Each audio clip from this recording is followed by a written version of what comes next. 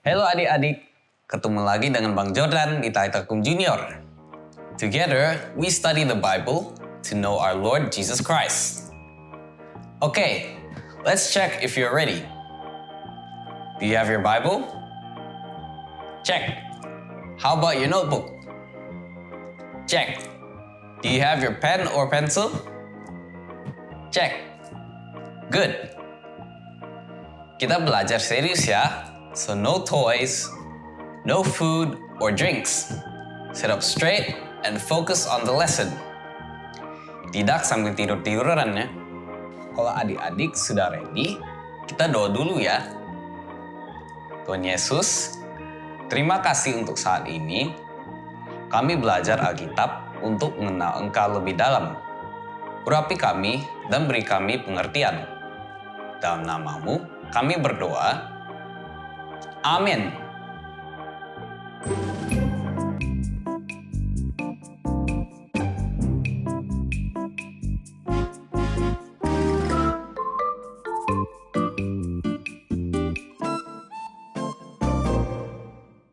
Alright, kita sudah tahu dari pelajaran sebelumnya bahwa Tuhan sudah menyatakan pada umatnya bahwa ia akan berdiam di antara umatnya.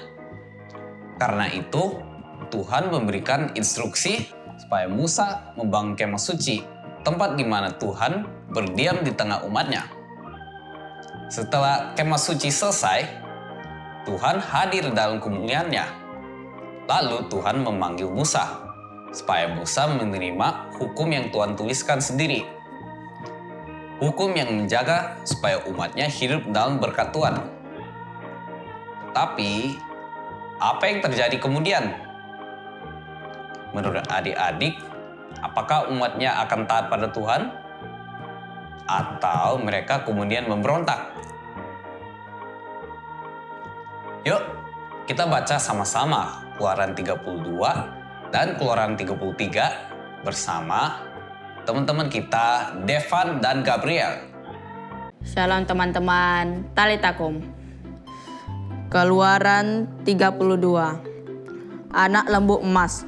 Ketika bangsa itu melihat bahwa Musa mengundur-undurkan turun dari gunung itu, maka berkumpulan mereka mengerumuni Harun dan berkata kepadanya, "Mari buatlah untuk kami Allah yang akan berjalan di depan kami.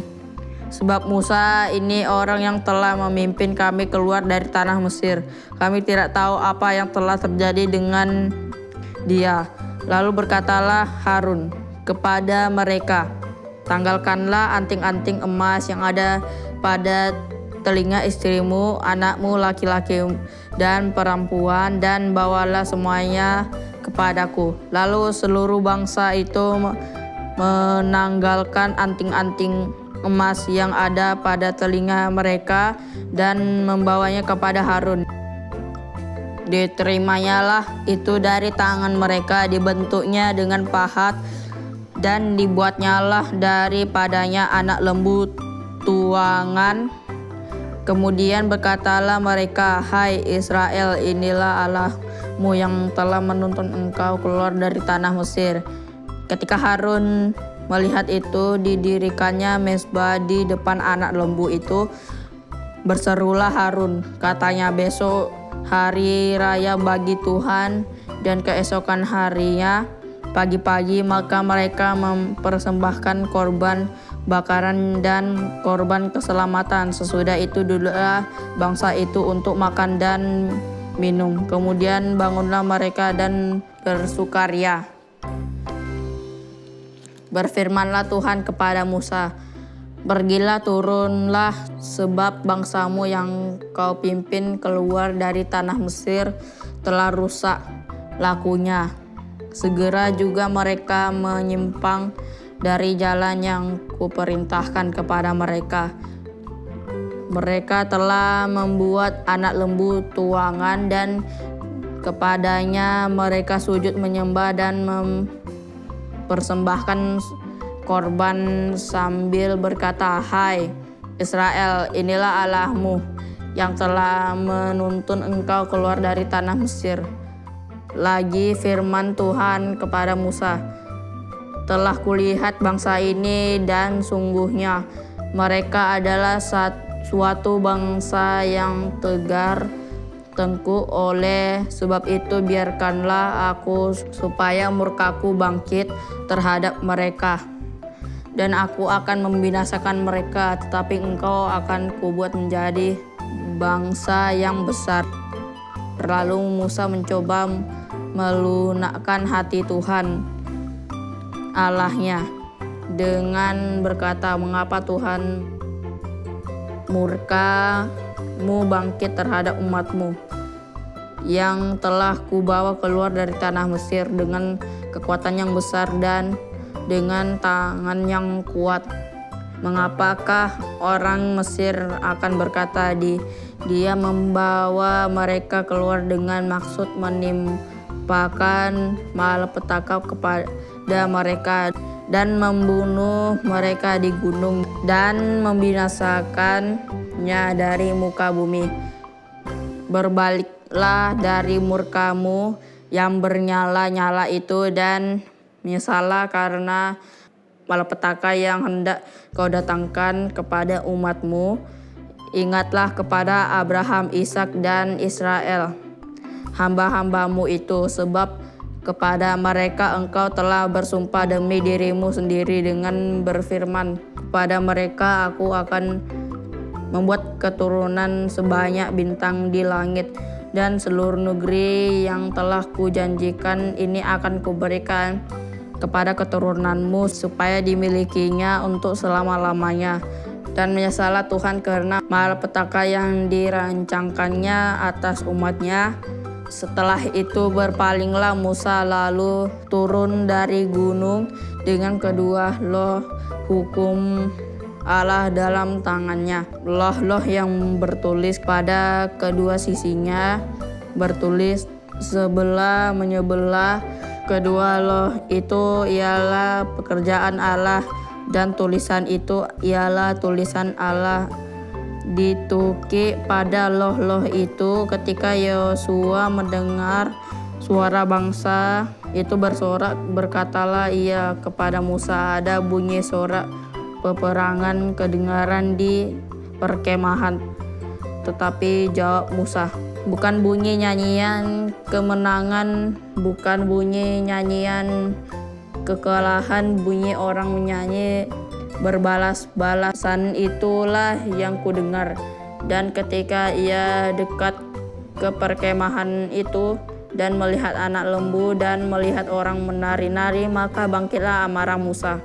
Dilemparkannya lah kedua loh itu dari tangannya dan dipecahkannya pada kaki gunung itu. Sesudah itu diambilnya lah anak lembur yang dibuat mereka itu, dibakarnya dengan api dan digilingnya sampai halus.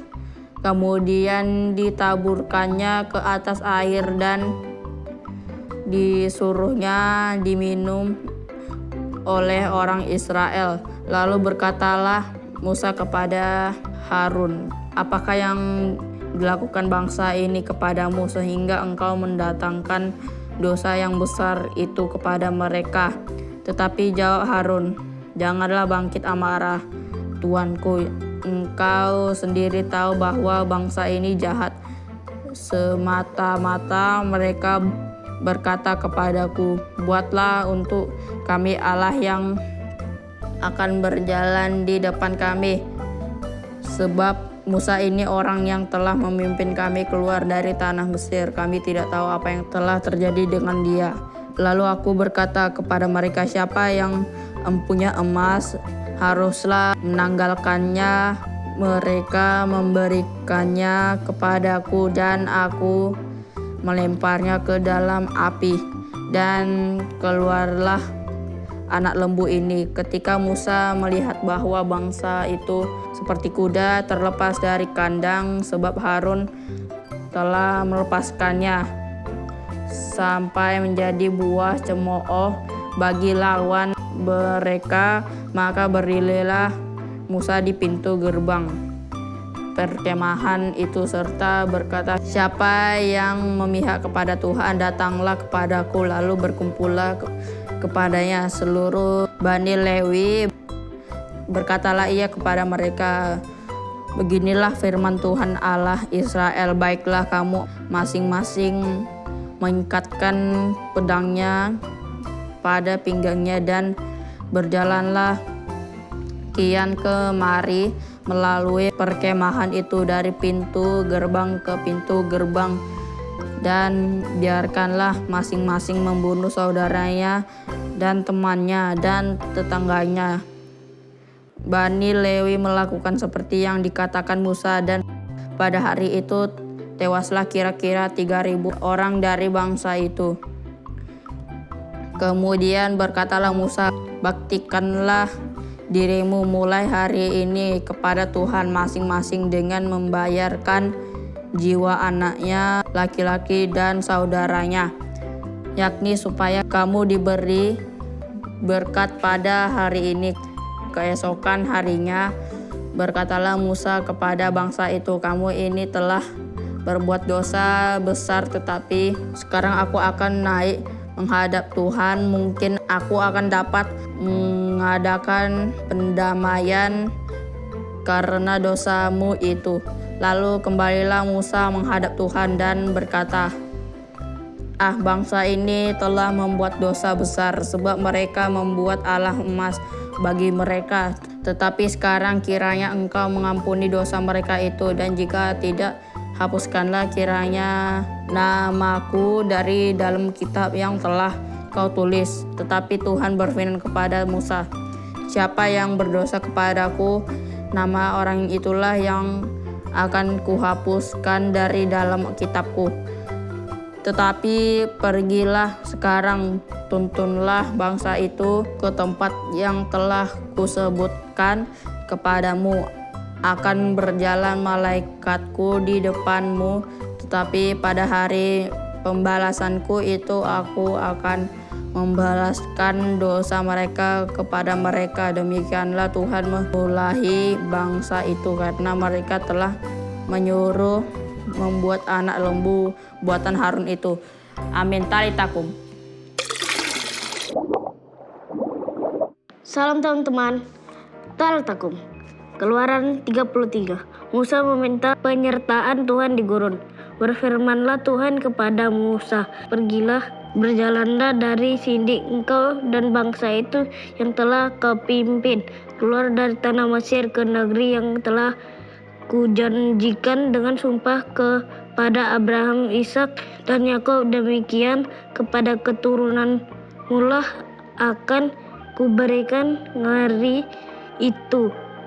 Aku akan mengutus seorang malaikat berjalan di depanmu dan akan menghalau orang Kanaan, orang Amori, orang Het, orang Feris, orang Hewi, dan orang Yebus, yakni ke suatu negeri yang berlimpah-limpah susu dan madu, sebab aku tidak akan berjalan di tengah-tengahmu, karena engkau ini bangsa yang tegar tengkuk, supaya aku jangan membinasakan engkau di jalan."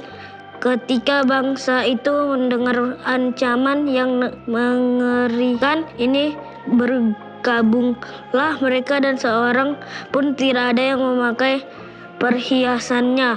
Berfirmanlah Tuhan kepada Musa, "Katakanlah kepada orang Israel, kamu ini bangsa yang tegar tengkuk. Jika aku berjalan di tengah-tengahmu sesaat pun, tentulah aku akan membinasakan kamu. Oleh sebab itu, banggalkanlah perhiasanmu, maka aku akan melihat apa yang akan aku lakukan kepadamu." Demikianlah orang Israel tidak memakai perhiasan lagi sejak dari gurun Horeb.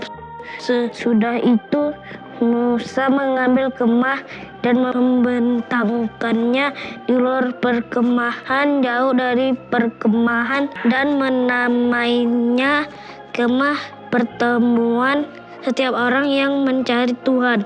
Keluarlah ia pergi ke kemah pertemuan yang di luar perkemahan. Apabila Musa keluar pergi ke kemah itu, Bangunlah seluruh bangsa itu, berdirilah mereka masing-masing di pintu kemahnya, dan mereka mengikuti Musa dengan matanya sampai ia masuk ke dalam kemah.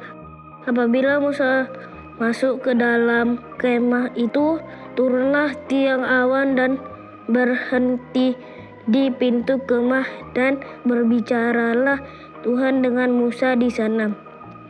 Setelah seluruh bangsa itu melihat bahwa tiang awan berhenti di pintu kemah, maka mereka bangun dan sujud menyembah masing-masing di pintu kemahnya.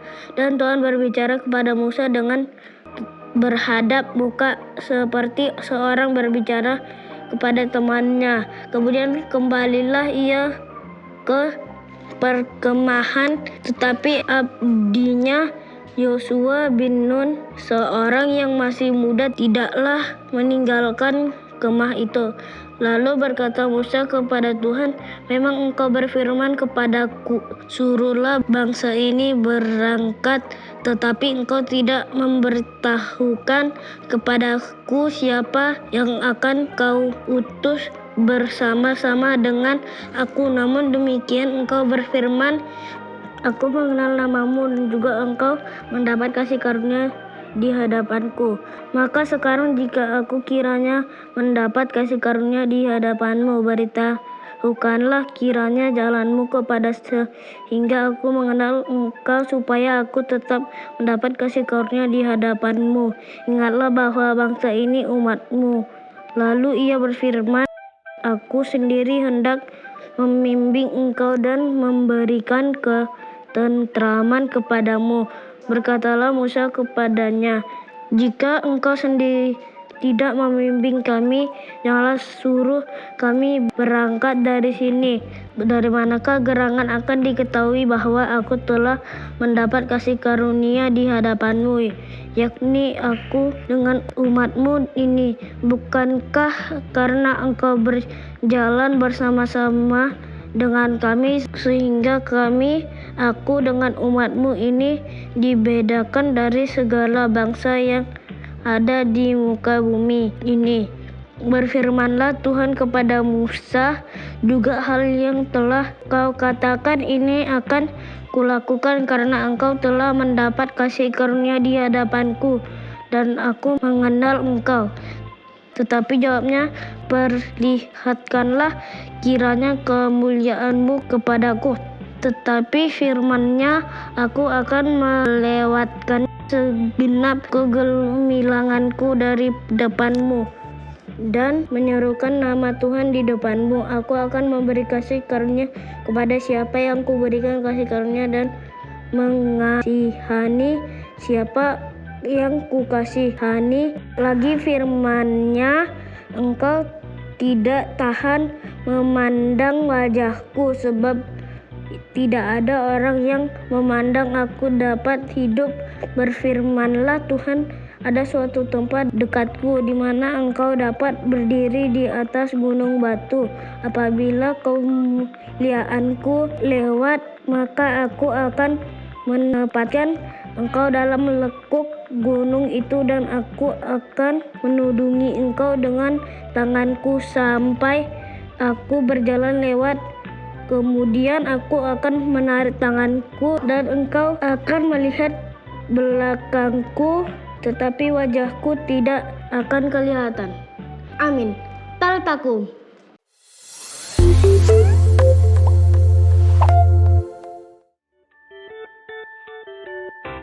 Nah, apa yang terjadi waktu Musa naik ke atas gunung kudus Tuhan? Bangsa itu tidak sabar. Mereka mau bisa melihat dan meraba Tuhan secara nyata. Tuhan sudah berkali-kali menyatakan dirinya, dan sudah berkali-kali mereka lihat. Dalam tiang awan dan tiang api, dalam badai dan petir, atau dalam angin. Tapi, memang bangsa ini selalu keras hati dan tidak mau belajar. Mereka mau semua sesuai kehendak mereka. Jadi, mereka berusaha untuk membuat Tuhan menjadi nyata bagi mereka. Bukan manusia yang membuat dan menghadirkan Tuhan, tetapi Tuhan yang menyatakan dirinya dan menghadirkan dirinya di antara manusia. Mana bisa manusia membuat Tuhan? Tapi bangsa ini kemudian mengumpulkan emas mereka lalu mendirikan sebuah patung lembu emas yang kemudian mereka sembah sebagai Tuhan. Ingat perintah pertama yang Tuhan berikan pada mereka sebelumnya? Kita baca di Keluaran 20 ayat 4. Jangan membuat bagimu patung yang menyerupai apapun yang ada di langit di atas, atau yang ada di bumi di bawah, atau yang ada di dalam air di bawah bumi. Dan Tuhan katakan, jangan sujud menyembah kepadanya dan jangan beribadah kepadanya. Tetapi mereka tidak taat dan melanggar dengan sengaja. Mereka mendirikan patung lembu emas. Lembu itu seharusnya dijadikan korban setahun sekali sebagai lambang penebusan dosa. Jadi Tuhan murka dan menjatuhkan hukum pada bangsa itu. Namun Musa menghadap Tuhan dan memohonkan pengampunan atas dosa bangsa itu. Dan di Keluaran 32 ayat 32, Musa mohon pada Tuhan, tetapi sekarang kiranya Engkau mengampuni dosa mereka itu. Dan jika tidak, hapuskanlah kiranya namaku dari dalam kitab yang telah Kau tulis. Musa memohon agar Tuhan mengampuni bangsa itu dan menghapuskan namanya dari buku kehidupan. Tapi Musa tidak bisa menjadi seorang yang menanggung hukuman atas dosa bangsanya. Tuhan tidak mengabulkannya karena Musa hanya seorang manusia biasa. Hanya Tuhan sendiri yang bisa menanggung hukuman atas dosa dan Tuhan melakukannya dengan menjadi manusia dalam pribadi Yesus dan mati untuk menanggung hukuman itu. Musa menjadi perantara bagi bangsanya dan Tuhan mendengarkan permohonan Musa. Tuhan tidak membinasakan bangsa itu, tetapi menulahi mereka dengan wabah. Yesus adalah perantara yang sempurna, bukan saja bagi satu bangsa, tetapi bagi dunia, juga yang menjalankan hukuman atas dosa dunia, supaya setiap orang yang percaya padanya tidak binasa, melainkan memperoleh kehidupan dan kesembuhan. Tuhan Yesus tidak mati setiap kali orang berbuat dosa dan memohon pengampunan, tetapi Ia mati sekali untuk selamanya. Ia sudah mati bagi kita, bahkan sebelum kita lahir dan ketika kita masih dalam dosa. Kita baca di Roma 5 ayat 8. Akan tetapi Allah menunjukkan kasih-Nya kepada kita oleh karena Kristus telah mati untuk kita ketika kita masih berdosa. Nah, adik-adik, Tuhan kemudian memastikan kepada Musa bahwa Tuhan akan menyertai Musa dan bangsa itu. Bahkan ketika mereka dalam keadaan berdosa dan melawan Tuhan, Tuhan tetap menepati janji-Nya untuk menyertai mereka dan melindungi mereka. Tuhan berfirman di Keluaran 33 ayat 14. Aku sendiri hendak membimbing engkau dan memberikan ketenteraman kepadamu. Tuhan juga menyatakan kasih karunia-Nya dan perkenanannya pada manusia. Di ayat 17, berfirmanlah Tuhan kepada Musa, juga hal yang terjadi kau katakan ini akan kulakukan, karena engkau telah mendapat kasih karunia di hadapanku, dan aku mengenal engkau. Dan sebagai tanda pernyataannya, Tuhan menyatakan dirinya pada Musa dengan hadir dalam kemuliaannya. Nah, adik-adik, kita mau mengerti bahwa Tuhan kita selalu menepati janji-Nya. Ketika kita tidak taat, kita yang menjauhkan diri dari janji Tuhan itu, bukan Tuhan yang tidak menjalankan janji-Nya.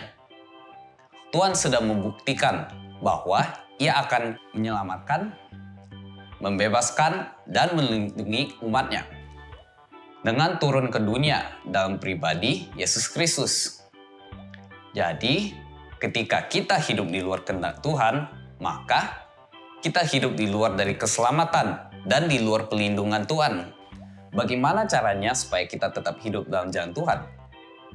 Seperti Musa berdoa, kita juga berdoa setiap kali. Yuk, bersama kita berdoa seperti doa Musa dari Keluaran 33 ayat 13. Tuhan Yesus, terima kasih karena aku mendapat kasih karunia di hadapan-Mu. Beritahukanlah kiranya jalan-Mu kepadaku, sehingga aku mengenal Engkau, supaya aku tetap mendapat kasih karunia di hadapan-Mu. Dalam nama-Mu kami berdoa. Amin. Alright, adik-adik. Kalau ada pertanyaan, adik-adik boleh chat WA ke nomor Tai Takum Junior yang ada di layar adik-adik ini. Kalau adik-adik ada yang ketinggalan pelajaran sebelumnya, silakan adik-adik cari di channel Big Junior ini. Adik-adik bisa langsung ketik di pencarian nama kitab dan pasalnya. Oke adik-adik, see you on our next lesson. Keep reading your Bible and keep praying. Remember that Jesus loves you. Tai Takum, yes, yes, yes!